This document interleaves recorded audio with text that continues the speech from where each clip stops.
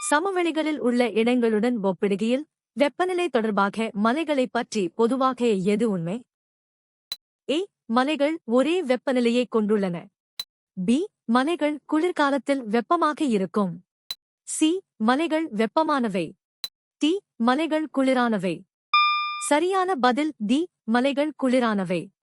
சரியான விடை டி. மலைகள் குளிரானவை. உயரம் அதிகரிக்க அதிகரிக்க வளிமண்டலத்தின் வெப்பநிலை குறைகிறது. இதனை இயல்பு வெப்ப வீழ்ச்சி லாப்ஸ் ரேட் என்பர். எனவே கடல் மட்டத்திலிருந்து உயரத்தில் உள்ள மலைப்பகுதிகள் சமவெளிகளை விட எப்போதும் குளிர்ச்சியாக இருக்கும். எந்த நாட்டிற்குப் பிறகு உலகளவில் இந்தியா இரண்டாவது பெரிய கால்நடை எண்ணிக்கையைக் கொண்டுள்ளது? A. America, United States. B. Argentina, Argentina. C. சீனா, சைனா. டி. Brazil, Brazil. சரியான பதில் டி. Brazil, Brazil. சரியான விடை உலக அளவில் கால்நடைகளின் எண்ணிக்கையில் பிரேசில் முதலிடத்திலும் இந்தியா இரண்டாம் இடத்திலும் உள்ளன. இந்தியாவின் பொருளாதாரத்தில் கால்நடை வளர்ப்பு மற்றும் பால் உற்பத்தி முக்கிய பங்கு வகிக்கிறது. வட அமெரிக்காவை முதன்மையாக கொண்ட ஆரம்பகால ஐயுனா கொடி எந்த ஆண்டில் உருவாக்கப்பட்டது? ஏ. 1945. பி. 1946. சி. 1950. டி. 1939. சரியான பதில் ஏ. 1945. 1. 1945 இல் சான் பிரான்சிஸ்கோ மாநாட்டின் போது ஐக்கிய நாடுகள் சபையின் முதல் கொடி வடிவமைக்கப்பட்டது. இதில் வட அமெரிக்காவை மையமாகக் கொண்ட உலக வரைபடம் இடம்பெற்றிருந்தது. 1946 இல் தற்போதைய அதிகாரப்பூர்வ கொடி ஏற்றுக்கொள்ளப்பட்டது. உலகில் செயல்படும் எரிமலைகளின் தோராயமான எண்ணிக்கை என்ன? ஏ. 1000. பி. 100. சி. 600. டி. 300. சரியான பதில் சி. 600. 1. உலகில் தற்போது சுமார் 600 செயல்படும் எரிமலைகள் உள்ளன. அவற்றில் பெரும்பாலானவை பசிபிக் நெருப்பு வளையத்தில் பசிபிக் ரிங் ஆஃப் ஃபயர் அமைந்துள்ளன. ஓடைகள், கால்வாய்கள் அல்லது கடல்களில் சேரும் தரைவழி ஓட்டத்திற்கான சொல் என்ன? ஏ. ஊடுருவல். பி. நீர் ஊற்றல். சி. ஒடுக்கம். டி. மேற்பரப்பு நீர் வழிந்தோடல் சர்ஃபேஸ் ரன் ஆஃப். சரியான பதில் டி. மேற்பரப்பு நீர் வழிந்தோடல் சர்ஃபேஸ் ரன் ஆஃப். சரியான விடை டி. மழைநீர் மண்ணால் உறிஞ்சப்படாமல் புவியின் மேற்பரப்பில் ஓடி ஆறுகள் அல்லது கடல்களில் கலப்பதை மேற்பரப்பு நீர் வழிந்தோடல் என்கிறோம். இது நீரியல் சுழற்சியின் ஒரு முக்கிய அங்கமாகும். பிரயாக் புஸ்தக் பவன் வெளியிட்ட சுற்றுச்சூழல் புவியியல் நூலை எழுதியவர் யார்? ஏ. மஜித் ஹுசைன், மாஜித் ஹுசைன். பி. சவிந்திர சிங், சவிந்திர சிங்.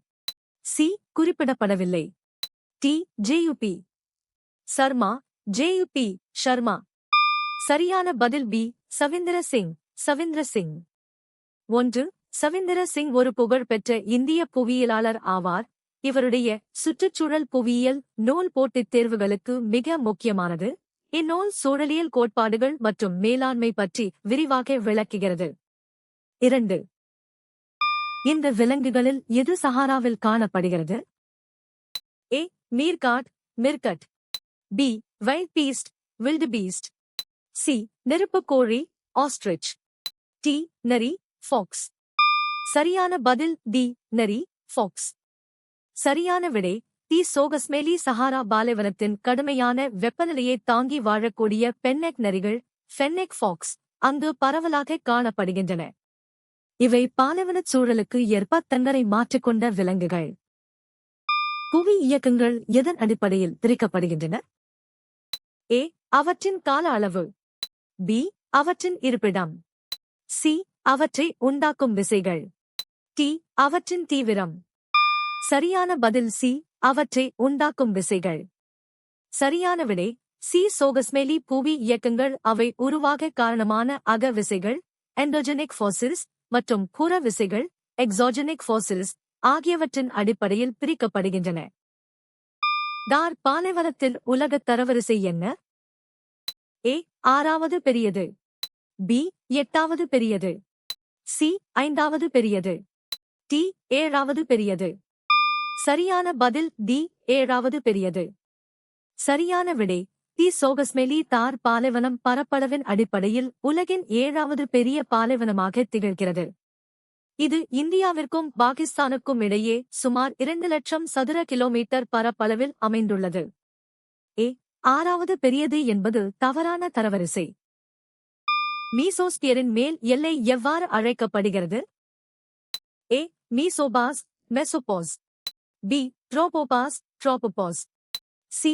ஸ்ட்ரேட்டோபாஸ் ஸ்ட்ராட்டோபாஸ். டி. தெர்மோபாஸ் தர்மோபாஸ். சரியான பதில் ஏ. மீசோபாஸ் மெசோபாஸ். சரியான விடை ஏ. சோகஸ்மெலி வளிமண்டலத்தின் மீசோஸ்பியர் அடுக்குக்கு மேல் உள்ள எல்லை மீசோபாஸ் என்று அழைக்கப்படுகிறது. இங்கு வெப்பநிலை மிக குறைவாக இருக்கும். இது மீசோஸ்பியரையும் அதற்கு மேல் உள்ள தெர்மோஸ்பியரையும் பிரிக்கிறது. தங்கள் சொந்த நாட்டை விட்டு வேறு நாட்டில் வாழச் செல்லும் ஒருவருக்கான சொல் என்ன? ஏ. குடியேறுபவர் எமிகிரண்ட். பி. அகதி ரெஃப்யூஜி. சி. குடியேறியவர் எமிகிரண்ட். டி. புகலிடம் கோருபவர் அசைலம் சீக்கர். சரியான பதில் ஏ. குடியேறுபவர் எமிகிரண்ட். சரியான விடை ஏ. சோகஸ்மெலி ஒரு நபர் தனது சொந்த நாட்டை விட்டு வெளியேறி மற்றொரு நாட்டில் குடியேறச் செல்வதே வெளியேறுதல் எமிகிரேஷன் என்கிறோம். இது ஒரு நாட்டின் மக்கள் தொகை வெளியேற்றத்தை குறிக்கிறது. இவற்றில் எது இந்தியாவின் முக்கிய தோட்டப் பயிராக கருதப்படுகிறது? ஏ. Rubber rubber. பி.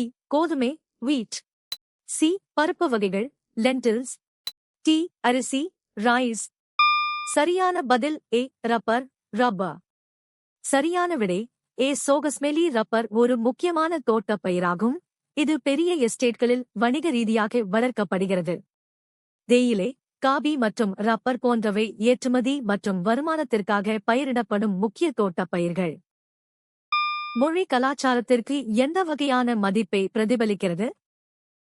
ஏ. கலாச்சார மற்றும் நீடித்த. பி. தொழில்நுட்பம். சி.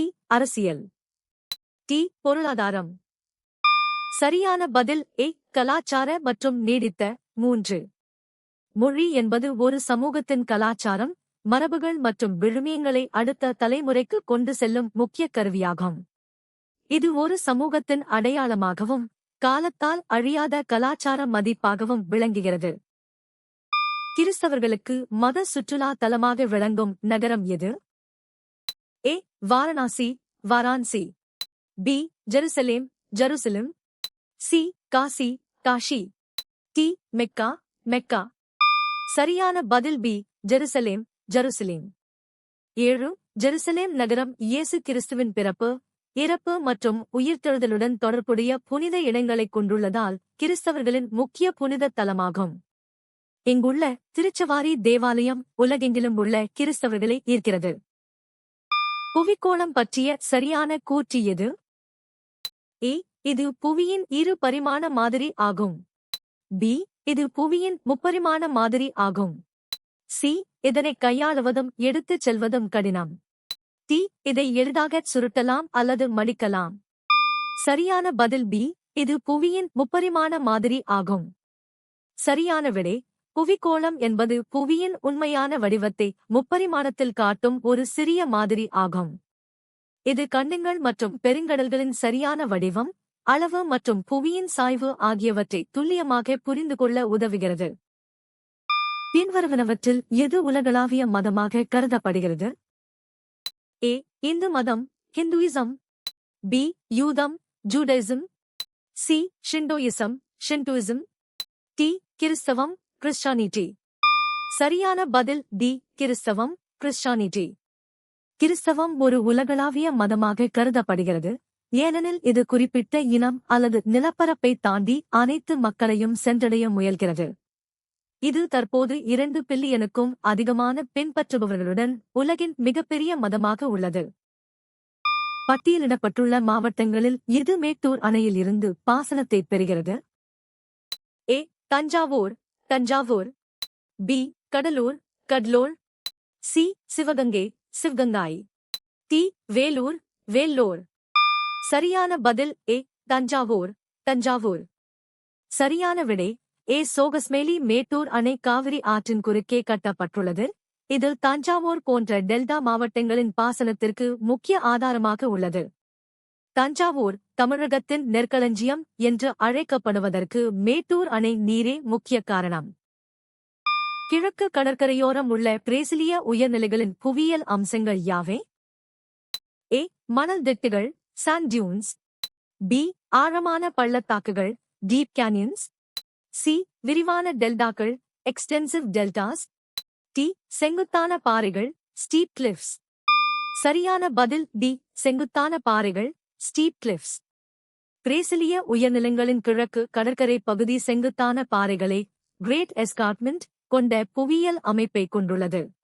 இந்த அமைப்பு கடற்கரையிலிருந்து உட்பகுதிக்கு ஈரப்பதம் கொண்ட காற்று செல்வதை தடுத்து மழையளவை பாதிக்கிறது. நீங்கள் எத்தனை சரியாக பதிலளித்தீர்கள்?